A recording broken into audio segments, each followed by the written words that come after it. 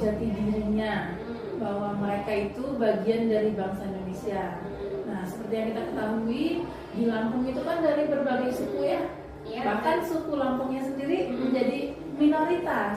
Nah, bagaimana kita menghadapi perbedaan tersebut yang bermacam-macam, bahkan yang sama Jawa juga beragam suku Jawanya. Nah, untuk itu di kelas ini saya ingin mereka tahu dari mana asal mereka dan bagaimana mereka bisa menghargai perbedaan yang ada, bagaimana suku asli Lampung dan Jawa, Sunda dan yang lainnya bisa bersatu di negeri Lampung ini. Oke, baik Bu Juis. Jadi tujuan pembelajaran yang ingin Bu Juis capai itu agar anak-anak mampu mengetahui jati dirinya sebagai bagian dari bangsa. Jadi bukan saya orang Lampung, saya orang Jawa, tapi sebagai bangsa Indonesia walaupun berasal dari suku yang lain. Gitu. Dari keberagaman suku tadi ya, dari keberagaman. Baik, nah pertanyaan berikutnya nih Bu Juis, rancangan pembelajaran yang akan Ibu gunakan nanti saat kegiatan pembelajaran di kelas seperti apa? Nah, rancangannya itu saya pengennya anak mencari discovery learning lah, seperti itu. Jadi anak tahu nih dari mana, boleh mereka bertanya nanti kepada orang tuanya, boleh googling atau mereka berkunjung ke museum transmigrasi kalau sempat. Jadi lebih fleksibel lah. Untuk di kelas ini saya hanya akan mengarahkan, silakan kalian cari, kemudian caranya seperti ini, selanjutnya terserah mereka sampai ke runutan mana mereka dapatnya. Oke, jadi menggunakan discovery learning ya, biar mereka yang lebih aktif. Saya hanya mengarahkan saja sampai mana gitu. Oke, jadi kemudian setelah kegiatan pembelajaran ini Bu Juis, area pengembangan kompetensi yang ingin dikembangkan di anak-anak itu apa aja di bagian pengetahuannya? Ya, lebih ke pengetahuan pasti ya. Tahu mereka asal usulnya seperti apa, jati diri itu apa, bangsa Indonesia terbentuk itu bagaimana, terutama yang di Lampung ini. Dan keterampilannya saya pengen anak-anak itu bisa saling menghargai, menghormati dalam perbedaan yang ada gitu. Jadi nggak ada lagi tuh antar suku di kelas ribut-ribut hanya masalah ejek-ejekan atau masalah panggilan nama, kemudian logat kan di sini sangat terasa ya logat-logat bahkan setiap dusun atau desa sudah berbeda. Jadi saya pengennya yang simpel-simpel aja lah, mereka nggak ada lagi yang ngatain, hei kamu ngapa, kamu ini, ayo mau ngapa gitu kan, padahal ya mereka memang lahir seperti itu. Nah, bagaimana saya pengennya anak-anak itu tahu gitu, oh ini memang seperti itu kebudayaan mereka yang mereka bawa dari leluhurnya. Nah, bagaimana mereka bisa menghargai bersama di sini, seperti itu aja. Oke, jadi setelah mereka tahu nih pengetahuan ada diri bangsa, mereka juga mampu untuk saling menghargai. Oke, terlihat sekali ya di kelas perbedaannya ya. Oke, baik. Jadi nanti kira-kira waktunya kapan nih Bu? Pertemuan pertama di bulan Januari ini langsung saya arahkan mereka 1 minggu ini. Nah, untuk minggu depannya mereka akan memaparkan apa yang sudah mereka temukan, seperti itu. Oke, jadi nanti saya masuk ke kelas Ibu langsung di awal pembelajaran. Di awal saja dulu, di awal. Kalau sempat nanti di pertemuan kedua silakan. Oke. Kalau tidak sempat ya kita pertemuan kali ini saja. Pertemuan kali ini. Ya, kebetulan awal semester. Oke, berarti di awal semester ya Bu Juis. Kira-kira di kelas mana ini? Di kelas 10 DKP 1. Kebetulan hari ini saya ada di jam pertama di 10 DKP 1, 2 jam pelajaran. Oke, baik. Jadi saya akan melakukan kegiatan observasi di kelas Bu Juis hari ini. Hari ini langsung aja ya. Cepat lebih baik. Cepat lebih baik di kelas 10 DKP 1. Oke, baik Bu Juis. Kalau gitu habis ini kita langsung Ya, kelas langsung saja ya. Oke, baik. Terima kasih ya Bu Juis. Kegiatan observasi kita sudah selesai. Nanti kita langsung masuk ke kelas. Oke. Assalamualaikum. Waalaikumsalam warahmatullahi wabarakatuh. Assalamualaikum warahmatullahi wabarakatuh. Semuanya, apakah kalian masih bisa berbahasa Jawa dengan fasih? Masih ngerti? Yang bahasa Sunda bisa? Yang real Sunda? Enggak. Yang Lampung, apakah masih bisa? Dengan fasih aktif berbicara Lampung? Bisa. Mengerti? Sampai ke sastranya atau cuma untuk bahasa pergaulan? Hanya gaul saja, bahasa pergaulan. Kemudian kebudayaan apa yang masih bertahan di tengah Kira-kira apa? Masih pakai adat enggak? Masih digunakan itu ketika ada acara-acara. Kira-kira acara apa aja? Sunatan masih, nikahan, apa lagi? Syukuran masih menggunakan adat Lampung. Tercampur gak dengan adat Jawa? Ada yang sudah bercampur tidak? Kalau di Jawa ada istilah rewang. Di Lampung apakah ada seperti rewang tersebut? Bahasanya mungkin lain ya. Nah, kemudian yang Jawa juga nih. Siapa yang apa?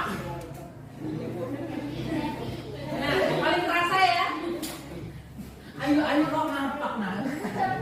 Udah enggak ini lagi ya, tidak relevan karena masing-masing punya jati diri. Nah, orang apa? Orang pena. Saya bilang kan, kenapa ini ini tahun ke-10 saya di Lampung. Tadinya logat saya sangat Sunda, tapi kok sekarang saya malah belum apa. Sunda saya mulai hilang, hanya sebagai ngerti saja. Malah saya sekarang ngomongnya mapaknya itu. Nah, apa kebudayaan yang dibawa selain bahasa ke sini? Sehingga akan lebih baik kalau di sekolah, di forum resmi menggunakan bahasa Indonesia. Terus bahasa daerahnya kapan? Ketika bergaul dengan teman yang mengerti, alias yang sesepuh.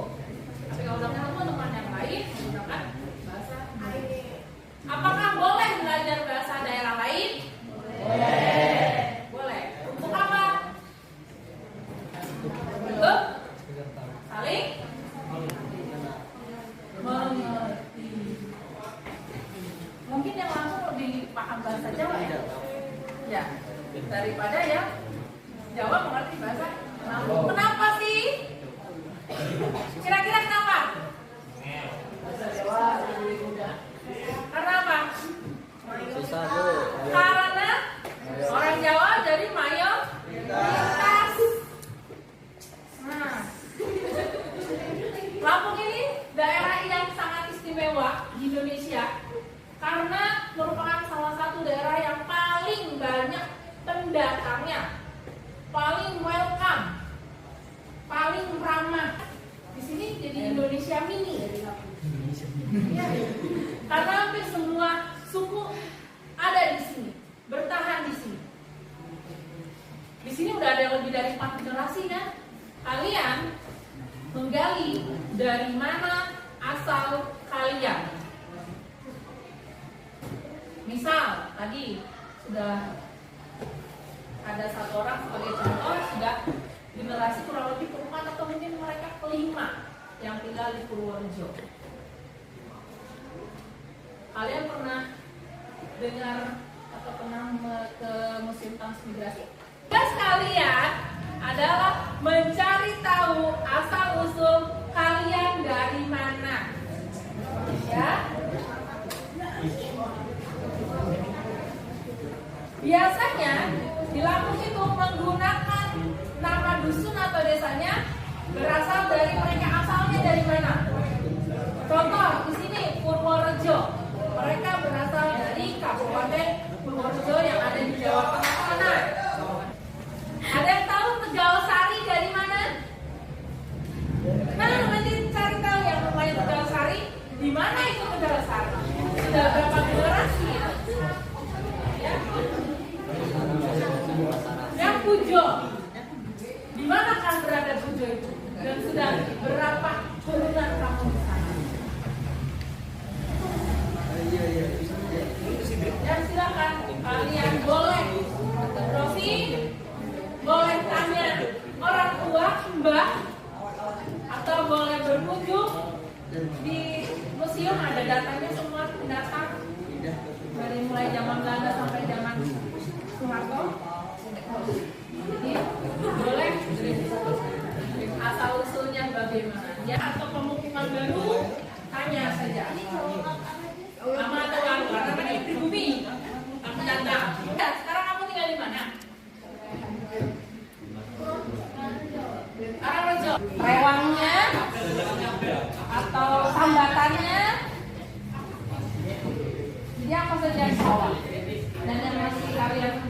apa aja yang kelihatannya itu ya. Assalamualaikum Bu Juis. Waalaikumsalam Bu Rosida. Oke, gimana Bu Juis perasaannya? Ya seperti itulah ya di kelas ternyata kadang ada yang sesuai dan tidak, tapi ya sejauh ini alhamdulillah bisa berjalan. Alhamdulillah Iya. bisa berjalan ya Bu Juis.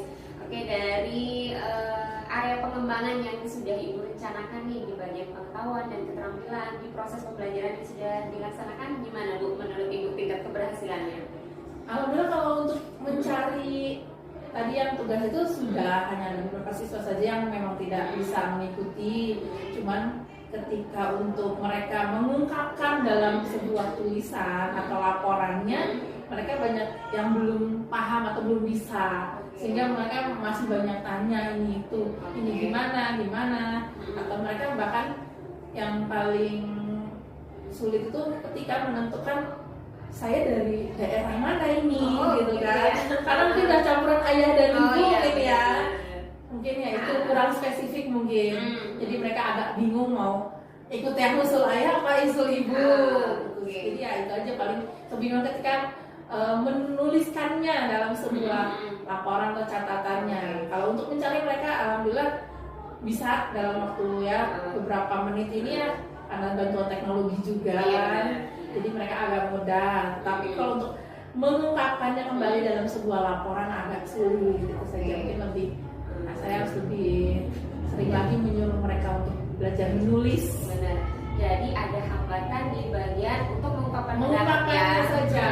Untuk mencari alhamdulillah mereka sudah tahu lah kata kuncinya seperti apa gitu ya.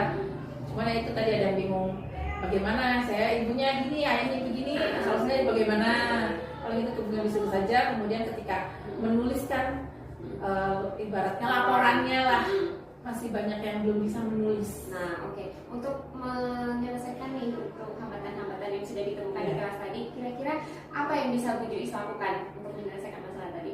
Ya, pertama mungkin saya harus lihat dulu nih anak yang sudah bisa dengan yang belum bagaimana. Nah, yang udah bisa bakalan saya minta untuk membantu temannya. Seperti itu. Karena kadang ada siswa yang agak segan bertanya dengan guru atau malu, takut. Jadi saya akan minta bantuan.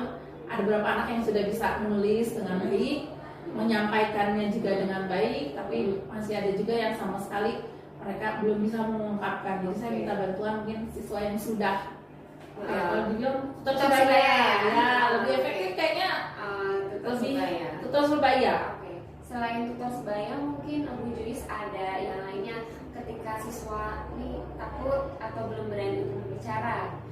Ada teknik yang lain mungkin yang bisa Ya mau nggak mau kita paksa lah.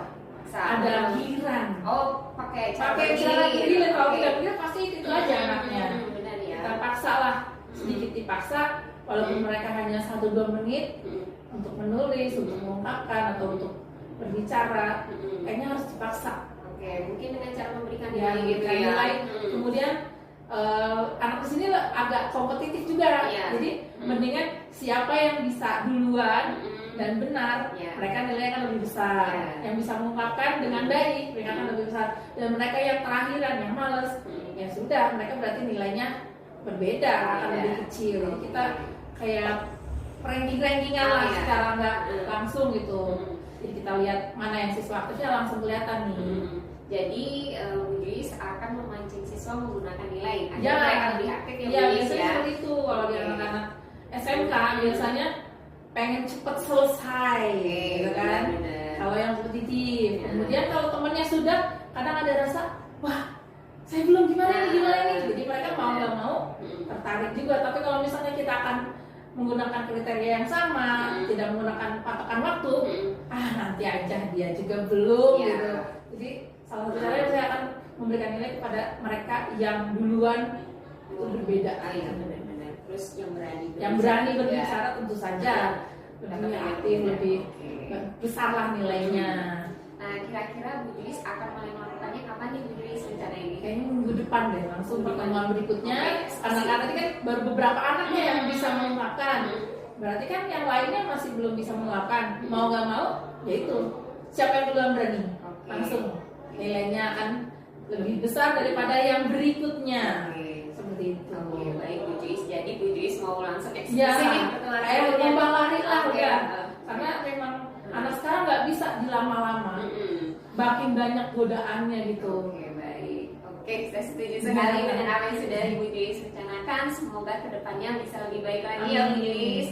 Rencananya bisa berjalan dengan lancar dan kemudian juga apa yang menjadi hambatan Bu Joyce segera teratasi dan apa yang Ibu harapkan dari anak-anak juga bisa tercapai gitu ya Bu Joyce ya. Oke, nah kita sudah ada di akhir sesi ya Bu Joyce ya. Terima kasih untuk kesediaan Bu Joyce untuk saya melakukan observasi di kelas. Terima kasih Bu Joyce, mudah-mudahan ini bisa menjadi pembelajaran untuk saya juga Ya, untuk sama-sama kedepannya belajar ya. Ya, sama-sama Bu Joyce. Ya, terima kasih ya Bu Joyce ya. Ya, Oke, ya. assalamualaikum Bu Joyce. Waalaikumsalam warahmatullahi wabarakatuh.